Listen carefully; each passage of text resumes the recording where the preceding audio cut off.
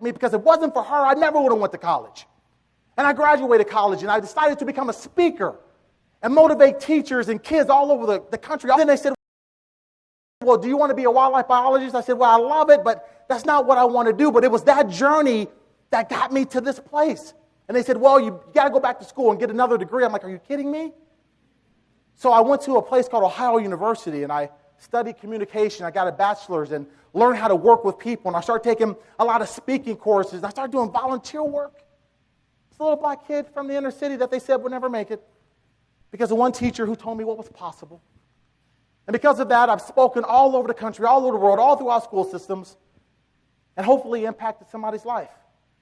But it came to a point in my life, even as a speaker, that I thought that I didn't have value. Just like sometimes in what it is you do, you feel you don't have value. You never know who you're impacting.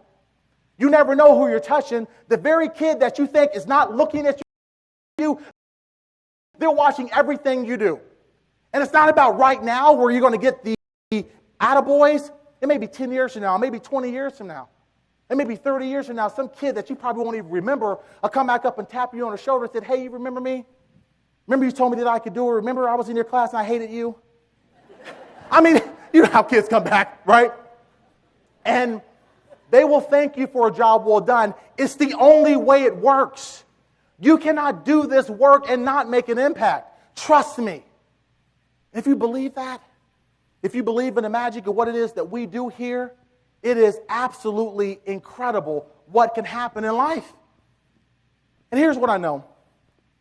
See, when we change the way we think, when we change what it is we think between this year and this year, that's where it all transpires. It's about our belief level and what it is we do. It's about going to work every single day as an educator, understanding that this world that we live in, that without you, there will be no kids who grow up and do significant things. That's just the way it works. You are the greatest asset that the world could ever have. You got to believe that. And I don't care what teacher bashing that people are doing around the country, and I hate that stuff. And I'm a big advocate for teachers. And I say, you know what? Every teacher isn't perfect, but who is? If you make a mistake, own up to it, get past it, keep on moving. If you fail in this job sometimes, and you will, you're going to have some hiccups, you're going to have some setbacks, keep moving. If you feel that sometimes that you're not making a difference, look in yourself in the mirror, smack yourself twice, and say, you know what, I'm doing this, keep moving. If you believe that what you do doesn't make a difference, remember a young black boy from Dayton, Ohio, that stood in front of you on the stage and told you that because of what you do, he's making it, he's living, he's still standing, because I shouldn't be here, I should be dead. And that is so powerful. I got 4 kids, 4 boys, 24, 18, 15, and 7. My 18-year-old, he's going off to a school called Muskingum College. He's going off to that school, you know, and he's a different type of a kid, but we didn't think he was going to make it. He lives in a town called Miamisburg, Ohio, and, you know, he almost didn't make it. But guess what? I was on him. I told him, I said, son, if I can make it, I know you can make it. Dad, but it's hard. Yeah, I know it's hard. My teachers, they hate me. No, they don't. Well, maybe they did. I don't know. He's a little different.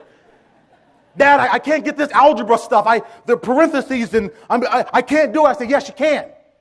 I said, you can make it. You can do this. Don't tell me what you can't do. You will win. You know why, Mark? Because he's Mark Jr. Because you are significant.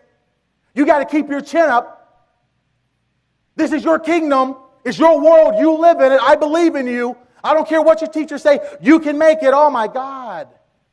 I'm repeating what someone said to me. And all of a sudden, I realized how important life is.